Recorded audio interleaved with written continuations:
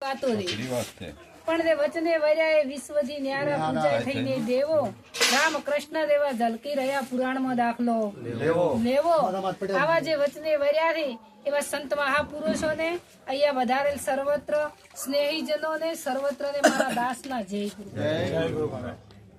પ્રથમ ભક્તિનું પગથિયું વેદ વ્યાસથી ગુરુ પૂર્ણિમાનો મહિમા ચાલ્યો આવે। ગુરુ પૂર્ણિમાનો મહિમા એવો છે કે જેને ગુરુ ચરણે રામ કૃષ્ણ ને આદિ ગુરુ ભાવે બધું મૂકી ગુરુ ચરણમાં જાવે। ગુરુ વિના તને કોણ છોડાવે? આ જીવ જેમ જેમ ઉદ્યમ કરે છૂટવાનો તેમ તેમ બમણો બંધાય। આપ બળે છૂટે નહીં છોડાવે સદગુરુ રાય। જેના જીવનની અંદર પ્રથમ તો ગુરુ નથી એનું જીવન અધૂરું છે। ખાય પીએ ઊંઘ આવે તો ઊંઘે ને મોત આવે તો મરી જાય, આવું તો જનાવરે જીવન જીવે। પણ આપણે પોચ ઇન્દ્રિયનું જ્ઞાન છે અને તો આપણું પોતાનું ભોન ભૂલી જાય કે આપણે શું કરવા માટે આયા હતા। સંત મહાપુરુષોએ કીધું કે દયા ધર્મ કા મૂળ અને પાપ મૂળ અભિમાન। જગ જગ તુલસી કહે જ્યાં સુધી દેહમાં હોય પ્રાણ ત્યાં સુધી દયા ન છોડીએ। અગલે પગલે જુઠ્ઠું બોલવું તો મહાન પાપ છે, જૂઠ સમાન કોઈ પાપ નથી। જે સંત મહાપુરુષોએ કીધું છે કે તો સત્ય ને વર્યાવો તો થોડું બોલો પણ સત્ય બોલો। સત્યવાદીઓના ઇતિહાસ દોરાઈ જાય, જે બોલ્યા એમનો હાલ પુરાવો મળે છે। અને અહીંયા નિરોધ મહારાજે એવી ભક્તિ બતાવી દે કે સચોટ વર્તમાન ઉપર આવી દો અને નિરોધના વર્તમાને રહી અને પરિપૂર્ણ તમે કોણ છો ને એની પારખ કરો। બીજાને જોવાની કોઈ જરૂર નથી, તમે કોણ છો? આ પોચ તત્વના પૂતળાની અંદર કીધું છે કે જીવ ઈશ્વર માયાના ભેદથી ને ભૂલ્યો પોતાનું ભોન। પોતે કોણ છે ને એની ખબર નથી। આ મનુષ્ય અવતાર મળ્યો છે પણ જેમ દારૂડિયો દારૂના નશામાં ફરે એમ હારે બે ભોન ફરે, એને કોઈ ખબર જ નથી કે અમે કોણ થઈ, કે શું કરવા માટે આયા, શું કરી રહ્યા હતા। આ અંત સમય કીધું કે ચીઠી ફાટશે, અંતની વેળા થશે નાવાની, લોકો પોક મુકતા આવશે, ઘડી ખીચડી ખાશે તન ચમચી પોણી નથી પાવાની। સવારથની દુનિયા તો હાડખર લઈને હાલતી થવાની, સવારથની દુનિયા તો ઘડીકમાં ભૂલી જવાની। એકનો એક છોકરો હોય ને મરી જાય ને તો 4 મહિને બધું ભૂલી જાય, કોઈ કોઈનું નથી। તો તમારા માટે તમે શું કર્યું? ધન દોલત ગાડી લાડી બંગલા, પ્રથમ મનુષ્ય અવતાર મળે તો પોતપોતાના કર્મના આધીન બધું મળી ગયું। ધન ગાડી લાડી બંગલા બધું પોતપોતાના કર્મમાં હતું મળી ગયું, પણ સતા આ મનુષ્ય દેહ માત્ર માગવાનું મિલતો નથી। ચમ ક્યાં કરે તો કીધું હમણાં બેની વાણીમાં કે પથ્થર પહેરી પૂજા કરીને માગે ઘણી, એક 20 રૂપિયાનો નારિયેળ સડાવે ને 1.25 લાખની મોનતા લાવે, બોલે ગોડું હોય એટલે તમે ના લે, તમારું એનું પેલું ન કરે। પણ આપણે આવી અંધશ્રદ્ધાઓથી મુક્ત છા નથી, અને ગુરુનો મહિમા શું છે એ આપણે ગણ્યો નથી। જ્યાં સુધી ગુરુના ચરણમાં ન દો ત્યાં સુધી તમને તમારી પારખ ન પડે। આખા વિશ્વને ઓળખો પણ તમે કોણ છો ને એની પારખ ન પડે। અંદર આપણે આપણને ઓળખતા હોય બીજાનું ઓળખ, તમે કોણ છો એની પારખ કરો। ગીતાજીમાં કીધું કે હે અર્જુન ફક્ત ને ફક્ત મનુષ્ય બનીને તું તને જોણી કે તું કોણ છે, એમ કીધું કે મનુષ્ય બનીને તું મને જોણી જઈ શું કે આ સંત મહાપુરુષો એવું કીધું કે સતી તોરણ બોલી કે પાપ તારું પ્રકાશ જાડેજા ધર્મ તારો, એમ કીધું કે મારો ધર્મ અભાજે કે તમારો ધર્મ શું છે? મનુષ્ય માત્ર મળ્યો રે આપણે 9 મહિના સુધી માના ગર્ભવાસમાં ઊંધા મસ્તક એ કોરી નરકની ખોઈ નથી, અને એ બંધન માંથી છૂટ્યા અને ઓય આઈને બંધનમાં બેઠા।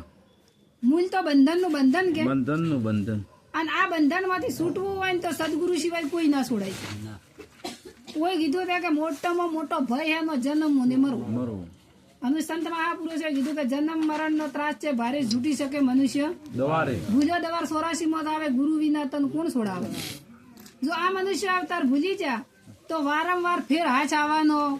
આ અવતારમાં ભજન થઈ શકે? કોઈ ઢોરણ કીધું કે તમે ભજન કરો, કોઈ કૂતરને કીધું કે તમે ભજન કરો, અને એ અંતર કોઈ નડે છે? ઢોરને કે કૂતરને કોઈ દાડો હોબ્યો કે ભૂવાઈ દોડાય એ બોજાય એવું અંદર આપણે ચમ બોધેવી આપણે જ નડે છે, આપે નડે છે એટલે ધીરે આપણને નડે, નકર ચમ એ નહીં નડતું। પણ આપણને ખબર નથી કે આપણે શું કરી રહ્યા છે। અને કોઈ કીધું કે રાધા હોય કે રંગ હોય પણ કરમ કોઈ છોડવાનું અને કરમ સિવાય કોઈ નડવાનું ખોટું કરો એ આપણને ખબર નથી અને ખોટું કરી ભોગવવું ના પડે સત્તા જોઈ ના સત્તા તો ખોટું કરો તો એનું કર્મ છોડે અને છતાં આપણે જેટલી બધી બાઉજી કરે કે અમે તો મન ખાવતા નો અવતાર આવે એટલે અમારા જેવું તો કોઈ છે જ પણ આ નોણી ગોમ આપણે નતા તોય હતું આપણે સતોય છે અને આપણે નેવતોય હશે આગળના જેટલા ડુહાઓમાંથી જતા રહ્યા આ તો રોમ કૃષ્ણ હાલ્યા તો આ સંસાર તો હાલી અને આપણે કે અમે નવ તમારા ઘરમાં તો જેટલો ગોટાળો વળે આપણે નવ તો આ તો હેડ્યું જ જાય આપણે દાવો બોજો છે જેના છોકરા મેલી માવતર મરી રહી મોટું નથી થતા પણ આપણે જેવો દાવો દે કે અમે તો નવા તમારા ઘરમાં અમે વગર પોલડું ના આવે પણ આવા દાવા કોણ છોડાવે તારી સંતોના ચરણે દો ને તારે તમે નથી તો આ તો જીવન ચાલ્યું આવવાનું છે અને મનુષ્ય અવતાર મળ્યો છે એટલે જોણી લો અને ફરી વાર હાથ આવવાનો નથી પરમાત્મા તો એવો છે કે નિરંજન નિરાકાર ઈ આકારમાં આવે એવો ખાટે ખાટે અખાટ છે આકારે આકારે નિરાકાર પણ એ નિરાકાર છે એવી રીતના ભગવાનને ગોતવા માટે કોઈ ગંગાજી જા કોઈ કાશી જા કોઈ કેદાર જા હળીએ સડ્યા પણ ભગવાન નક્કી થતો અંદર કોઈ ભગવાન ખોવરા એવો છે ભગવાન ખોવરા એવો નથી અને ઓય અજ્ઞાની પણ જડા એવો નથી જડે કરી ચાની દડ્યો મીરાબાઈ દડ્યો નરસિંહ મહેતા દડ્યો જલારામ ને દડ્યો જેને તેને દડ્યા એના ઇતિહાસ ગુરુચરણી જાય દડ્યો રામકૃષ્ણ ગુરુચરણી જતા તો એ નક્કી છું કે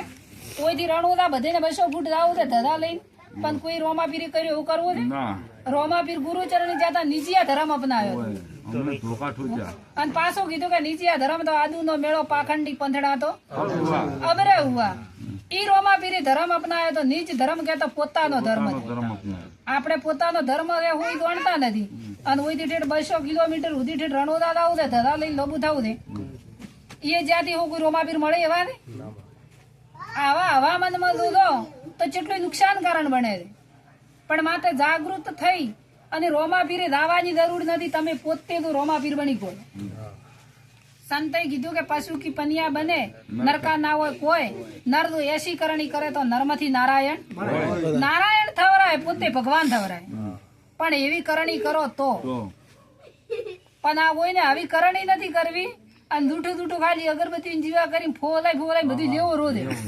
માગવું છે કે એ અમને આને કોઈ ગોડ્યો એટલે હા પણ આપણે જાગૃત છે નથી